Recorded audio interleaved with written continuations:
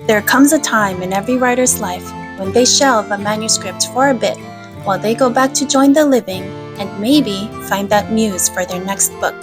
This is Shelf Time Muses.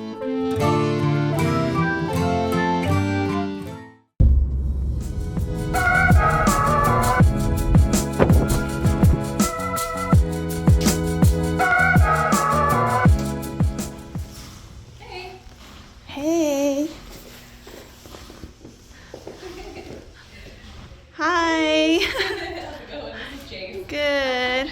So welcome to Art Alchemy. This is the studio. It's a collective of 6 artists in total, and we're just getting ready for the Pi Art Squared art show coming up. And as you can see, we've already started putting up different artist pieces. We've got about 76 artists in the show, and each has submitted 1 or 2 paintings, and we're all kind of getting everything packed and hanging everything on the walls, trying to hang well together. Generally just hanging by different color palettes. Is the reception going to be in this space? The reception will be here in the gallery, in the studio. So yeah, we've each got our own kind of designated space where we work independently on our own projects. And I think this is Kate Taylor. She's the owner of and founder of the Art alchemist. The lead alchemist, yes. Come on. And this is Chase, our studio dog. He's a famous dog. I adopted him in Bolivia earlier last year. Yeah. So he comes and hangs out in the studio all day. Hi, Chase.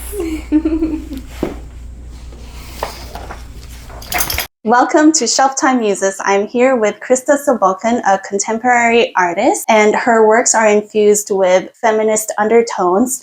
And she also juxtaposes a lot of traditional images with current social and political issues through visual metaphors and symbolism. So Thank you so much. Thank you so much for taking the time to meet with me. My pleasure. Yeah, so first, tell me a little bit about yourself, because I know you said you used to do corporate and then you quit and then became a full-time artist. So tell me how that process came about and what were you doing before? Well, I've always wanted to be an artist. From the moment I could hold a pencil, I was drawing. My parents saw my passion and interest in the arts, and they had private tutors when I was a kid. And I did a special arts program, the Windsor Center for the Creative Arts in high school. So I had a lot of arts credits, and then I got a scholarship to the University of Windsor for visual arts as well. My intention was always to move to Toronto and start my arts career. And when I got to Toronto after graduating university, I realized that it's not that simple. You can't just show up to Toronto and a bunch of galleries are going to be like, oh, you're an artist, let's go. So I ended up taking a job in sales. It was an industry that I was working in through university to pay for school, and it was something I was really good at. So I was working in the luxury cosmetic industry, and I just kind of kept getting promoted, and I really enjoyed the work. So my art took a little bit of a back seat to sales. So after about 10 or 15 years of working in corporate sales, I was like, you know what, this has been really valuable experience for me, but I really there was always that passion of mine that was on the back burner. I always did art, but it was more of a hobby. And, when I, a few years ago, I started to paint more seriously in my free time, and I was getting some interest from galleries, and I was also in an experimental web series, a reality TV show called The Art Nebula Project, which I actually won, and the grand prize was an art gallery show. But right before I was able to have my very first solo show, COVID. The pandemic hit. Oh, no. So everything shut down. It was not a good time for galleries. It was not a good time for artists. But me working in the corporate world, suddenly I was not going to meetings. I was not going to sales calls. So I had all this free time at home, and that's when I started painting more. So about a year and a half in, I realized the corporate life was quickly becoming something that I was no longer really passionate about. And this was when you were working from home? I was working from home in my corporate role, and I was like, and I really had a taste of what it would be like to kind of be home working on my art more, because I had a little opportunity during that time to spend more time at home painting. So I actually, my mom passed away in August of 2021. Oh. And it brought up a lot for me. I think it was very liberating in the sense that I kind of had to confront my own mortality, and I saw how precious life really is. And I just had more of a motivation to pursue what my life really should be and my true purpose. So I ended up quitting my job. I left the country. I actually left my whole apartment with everything in it. And I started traveling nomadically. And for how long did you travel? About 2 years. Okay. And were you painting that whole time? I was painting here and there, but I'll say like traveling is not conducive to painting. And I am an oil paint artist. So it's not the easiest to travel with oil paints. So I was doing watercolors here and there. But mostly I was just, so I took up photography, and I started using photography as an outlet for my art. After a couple years, I realized I really am craving my painting again. So I came back to Toronto. I invested in this art studio, and I've since brought a lot of pieces out from storage. These 2 pieces here were pieces I started during the pandemic. And I've also started a new collection for an upcoming art show that's coming up on the 14th of this month, March. So now I'm kind of diving right back into where I originally started with my art, and it's a full-time pursuit at this point. Yeah. Yeah. And so I'm sure, I mean, for me as well, who is trying to be a full-time writer, how did you make becoming an artist like a full-time thing? When was that transition like, when you quit your corporate job? I mean, were there any anxieties about, not having a stable paycheck? I mean, for me, for sure, that's, what I'm feeling. Absolutely. I think, I was really blessed to have worked in corporate life, because I was able to save quite a bit of money and give myself a little bit of cushion and security to take that leap. I think it can be really daunting to rely on your art, solely your art, for your entire livelihood when you're just starting out. So I think it's important to kind of have a plan. Yeah. For me, I was lucky enough to be in a position where I had a little bit of room to explore my art. And so, I started booking photography, like portrait sessions or events and that sort of thing. I found that it was a little bit easier to be more of a marketable artist in that with photography rather than with painting. But since being back in Toronto, I've noticed that it's a little bit easier once you have like a regular practice and people see that you're doing what you're doing, and it's all about putting yourself out there online. People have to know what you're doing in order to be interested in purchasing your work too, which is a very vulnerable thing as an artist, especially when you're not used to really putting your art out there. But yeah, so it's unique for each person, and I think there's no like formula to starting out as an artist, but I think not just diving in head first without a plan, and really thinking about, okay, what are my monthly expenses? What are my what do I need to produce in order to like make ends meet? So those are the kind of things that I had to think about. But yeah, it's still a work in progress, like my own journey with all of that. Yeah. Right. So going back to when you were a kid, I know you said, your parents were very supportive of, you being creative and everything. So when you were a kid, like, I guess what sort of kid were you? Were you always like sort of painting and, daydreaming in class? Was that you? I was a very special child.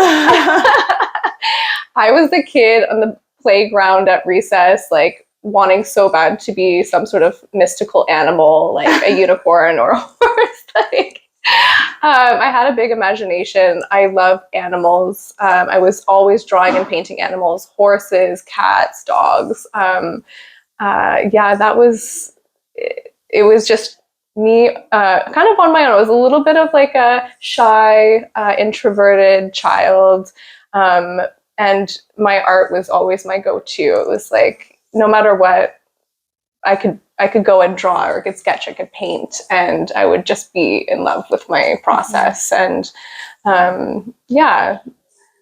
Right. And so when your mom passed away, was your art sort of, did it help you cope, or, and that was sort of the push for you to really want to be an artist? Well, I think when my mom passed away, it was,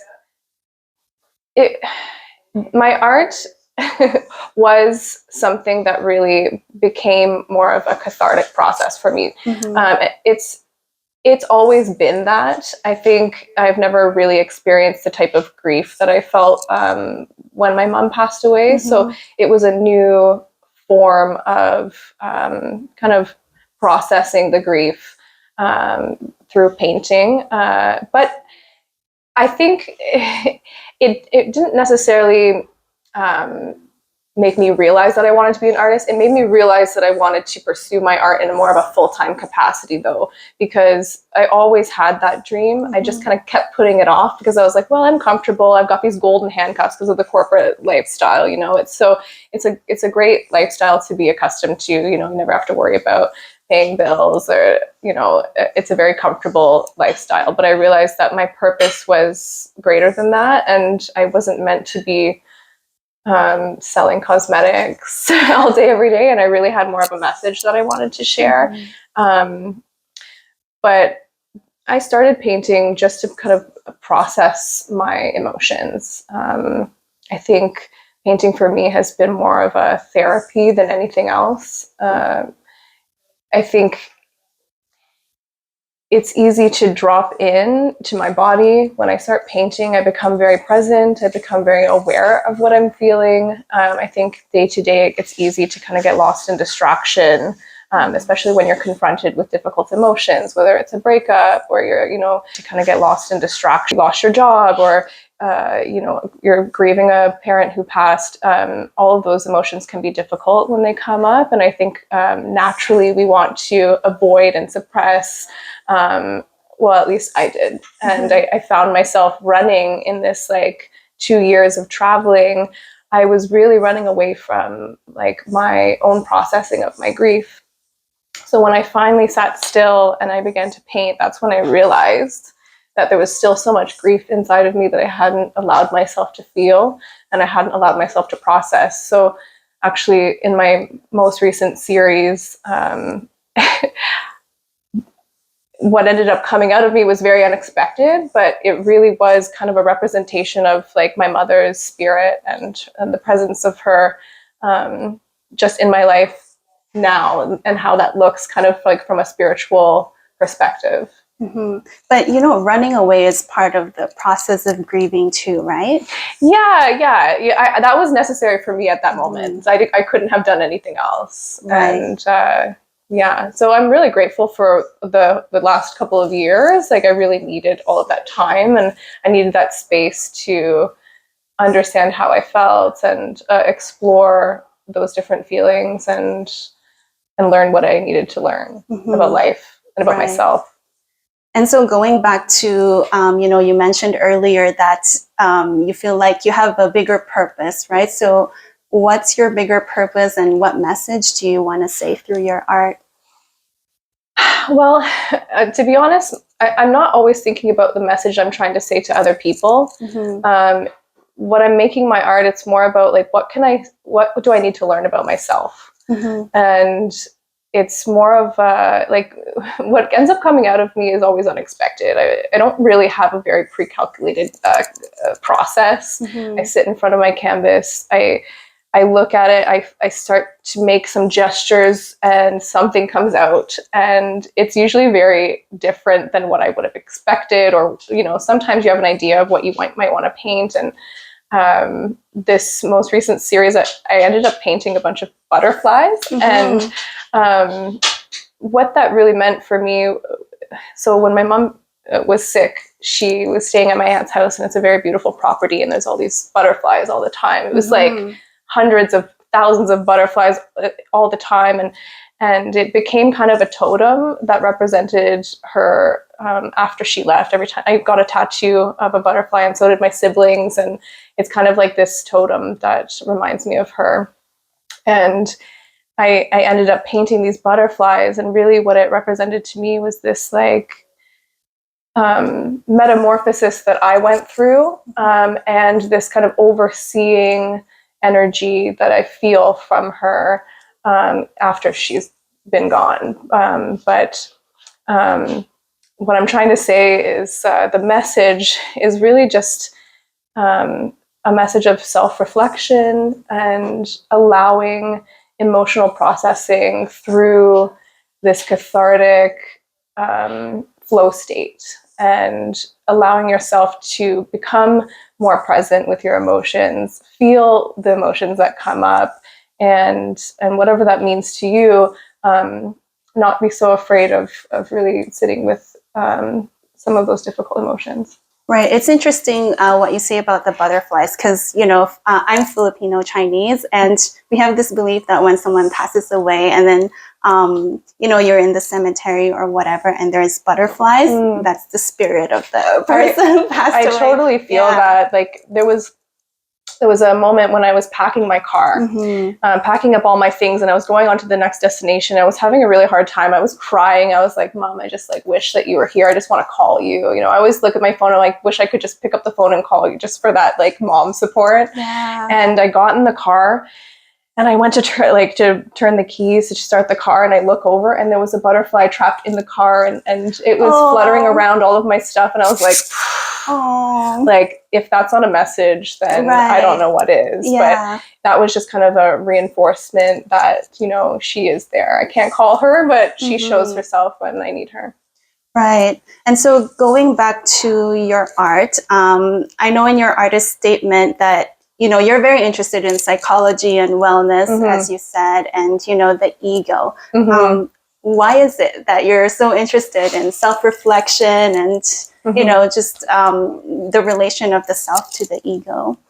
Yeah, it's a good question. Actually, I minored in psychology in university. So, and since then, I've always been very interested in the ego, and I was influenced a lot in my art by Egon Schiele, who does a lot of erotic art, but like based on it's expressionist, based on like these like egoic kind of ideas from Freud. And I think a lot of my paintings end up being not so much intentionally, but unintentionally self-portraits. And I looked at them, and I was realizing that, you know, why am I recreating these like images that are just like reflections of me? And it caused me to kind of look a little bit deeper into like what I was painting and why I was painting it, and like the subject matter of my painting. So this painting right behind you actually is it's kind of a reinterpretation of the Durga, and she's a goddess, and she has a phone. She's got a cell phone. So this particular representation is just like kind of the good and the bad, the ugly of like who I am, and maybe like as a culture and a society, like what our interests are, and like what maybe our vices are. And there's light and there's dark within all of us, and I think that became a spiritual learning for me in terms of how I relate to myself, because I think I've always been so critical of my maybe my challenges with myself, or like my insecurities, or, you know. Where does that come from, do you think? Well, I think we all have experiences in our lives that make us reflect on our behavior, you know, like maybe we haven't always been the best version of ourselves in certain moments, or we haven't shown up as the best person that we could to our friends and our family. And I think rather than suppressing that version of myself, I really wanted to kind of highlight that and accept that about myself, and learn to kind of love that part of me. Because I think, you know, in my earlier 20s and even into my 30s, like, I think there was a lot of parts of myself that I rejected. I was like, that's not me. I wanted to like burn my ego and transcend these limiting beliefs and behaviors, and really suppressing these parts of myself that I really just needed to love more. And, you know, and so rather than trying to hide those parts of myself, I kind of highlighted them in, you know, this like, so our attachment to social media, our attachment to like shopping and consumerism, sex or substances. And, you know, like, I think a lot of people can relate to having these sides of ourselves that we don't necessarily appreciate as much, but there is no light without the dark. So I think that's kind of the approach that I take to reflecting and self-reflecting in my paintings on those subjects. Mm-hmm. So there's a series of your paintings that I find really interesting, and it's the ones of, you know, women in the nude or semi-nude, and they don't have faces, they just have words on them. And that really reminds me of, you know, kind of the faceless Hollywood women, you know, in movie posters, or even book covers. They're, you know, women's faces are kind of cut off and they're just portrayed as like body parts. So those paintings kind of remind me of that. But I'm kind of curious, what was your thinking behind that series?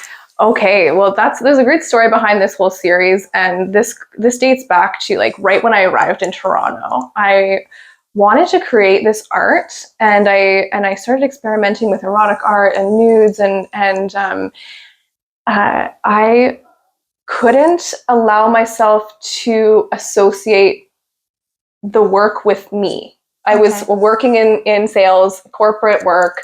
I didn't want to post my art and then have risk them being like, Krista, what do you know, what is this? I have to explain myself to my boss, you know, or my parents. So I created this series that you're referencing called Anonymous Prose. And it was like an alias that I shared that work from. And it got a lot of attention. It was published in Broke magazine. It was the very first gallery show that I had when I was in Toronto. They really liked it. But I felt like I couldn't really tap into like owning those. But so these women, they were kind of like these nude representations. And then we wiped out the face and we put some sort of like egoic kind of phrase on top. And it was like all these things that I was feeling that I wouldn't necessarily be able to say out loud, but I could say through my paintings. And that felt safer for me. It was like something just needed to get out of me. I needed to express something, but I didn't feel safe enough to just own it like as my own. So I created this separate identity where I could actually express my feelings. And that's kind of what came about from that. And it's funny you brought it up, because that series is something I'm planning on like kind of reviving in like more of a contemporary way with like the style that I've kind of adopted more recently in my work. So, and I find it interesting because in some of them, the women are bound, you know, like they're not free, right? Like they're kind of restricted somehow. Yeah, it's playing between kind of like this like liberation of speaking what you need to speak or saying what you need to say, but also like this shibari, being tied up, like being restrained, being restricted, having these restrictions on you. So it's like this play between the two worlds, for sure. And thank you for noticing those things. And there was one other painting that I wanted you to talk about, and it's one, I don't know if it was a self-portrait, but it's one where the woman is sort of clutching her breast and milk is coming out, and then there's a caption that says, "Are you offended?" or something like that. Does this offend you? Are you offended? Yeah. I think I kind of know where you were going with that, but I'd like to know your thoughts. So that's actually a reinterpretation of a very famous Frida Kahlo portrait, who is a big inspiration for a lot of my work. She's a Mexican artist who basically suffered tragedy after tragedy after tragedy before she died at a pretty young age. And I think I could relate to a lot of her work because, like me, she also tended to paint herself in a lot of her portraits, and she had this like heart-wrenching love story that was just, and her health, there was always some sort of health problem that she was going through. So she was always suffering, and she was painting her suffering in her portraits. And I just saw her work and I was like, you know what, she's such an icon, and I relate so much to like where she's going with her paintings. And because I also tend to like paint my emotions, and I paint myself in all of my paintings, whether it looks like me or it doesn't. It's always some sort of representation of my process and my pain. So the painting of Frida, I kind of brought it into a more contemporary play on it, you know, and at the time we had just kind of legalized weed. So I painted this kind of cannabis leaf in the back, in Canada, you know, with the whole like political movement of that. And then, you know, I think the lipstick bullets that are kind of coming out of the air, like it was kind of a play on feminism and consumerism. And I was working in luxury cosmetics. So for me, it was like the war on beauty and women, and then breastfeeding, obviously. Like the breast is such a controversial thing, and so many people want to be offended by a woman's body, and so yeah, that was kind of part of like the meaning behind that painting. Right. And so what is it about, you know, erotic paintings that you're really fascinated by? Well, I just think it's the most vulnerable place you can be for a lot of people, you know, and it's controversial. And I think, you know, it's important to remember that the body is the most authentic that we can be. You know, there's nothing shameful about being exactly the way that we were born, and celebrating our sexuality, which I think is something that we struggle with, you know, in different cultures, and even in our own culture. There's a lot of judgment on women for sharing. It's like, if you're not sexy enough, there's a problem. If you're not covered enough, there's a problem. So it's just, I think, for me, it's that act of vulnerability and putting yourself out there and asking people to accept you. That's a process that I'm struggling with and continue to struggle with. And I've all, you know, started struggling with in my art when with the Anonymous Prose series. And so it continues to be this constant process of exposing myself, and this representation of exposure through erotic art. And you have another series of paintings that are more animals, right? I know you said before that you like painting animals. Is that where it comes from? You know, actually, the painting of the tiger and the horse. So I'll tell you another funny story. I was accepted into a group show with some incredible Toronto artists at Steam Whistle Gallery. I hope I don't get in trouble for saying this. But so we were accepted, and like a few weeks out, they told me that they can't actually hang any nude paintings in the gallery. There's just, it's like, for whatever reason, I thought it was like, why? Like, it's art. An art gallery. It's art. Yeah. Like, but they're like, well, there's a lot of families that come in here and whatever, like, we can't have any nude art. I was like, well, that just like changes my entire existence here. And I had to come up with like 6 or 7 paintings in a few weeks for this gallery show that would be acceptable to hang in Steam Whistle Gallery. So I ended up like painting all of these animals. They were totems of myself. Like the tiger is the Chinese zodiac. Are you a tiger? Yes, I'm a tiger. And then the horse is something that I just, like, from a child, I loved. I used to do horseback riding and still love horses so much. So I started to paint these like animal representations. I was like, well, if I can't paint these female figures that I want to paint, then I'm going to paint something else that represents me. And I ended up doing these like totems of animals, but it was like such a departure from my like regular style, but it was because of the pressure to like, I still really wanted to be in this show, but I had to figure something out pretty quick. So that's so interesting. Yeah, I did wonder about that. I was like, oh, okay, so she, likes to paint animals too. Yeah, it's like maybe an unexpected story there, but it was, yeah, I mean, that's that's how it came about, and I really love that painting still. But Yeah, it's still you. So. it's still me. Yeah. Awesome. And what are you working on now? So I just completed I'm in a process of completing my butterfly series, which is Metamorphosis Vision. And that, as I mentioned earlier, is kind of a representation of my mom in my life. It wasn't really meant to be that just kind of came out of me. And then I'm also currently working on the Dream Scene series, which is a series of small, some figurative, but more kind of like you're stepping into like a scene. It's a bit of a surrealist kind of dreamlike scenario. You're not sure what's going on, but all of the paintings kind of interconnect. And there's some symbolism in each one. So it's kind of a reflection on the last couple of years and the emotions that I've gone through and the places that I've been and the symbols that I've picked up along the way. And it's really just the things that I've been waiting to express over the last couple of years when I haven't been able to paint. It's all the stuff that's kind of built up and it's just coming out of me now. So it's called the Dream Scene series, and that's going to be not quite ready for this upcoming show, but probably the next one will be done. So these are all the paintings that you've had, I guess, since the pandemic? So I just started this series only maybe 6 weeks ago. Okay. But I mean the ideas? They weren't ideas. So the way that I paint is I sit and like things just come out of me. So, but I'm noticing what's coming up. There are moments of,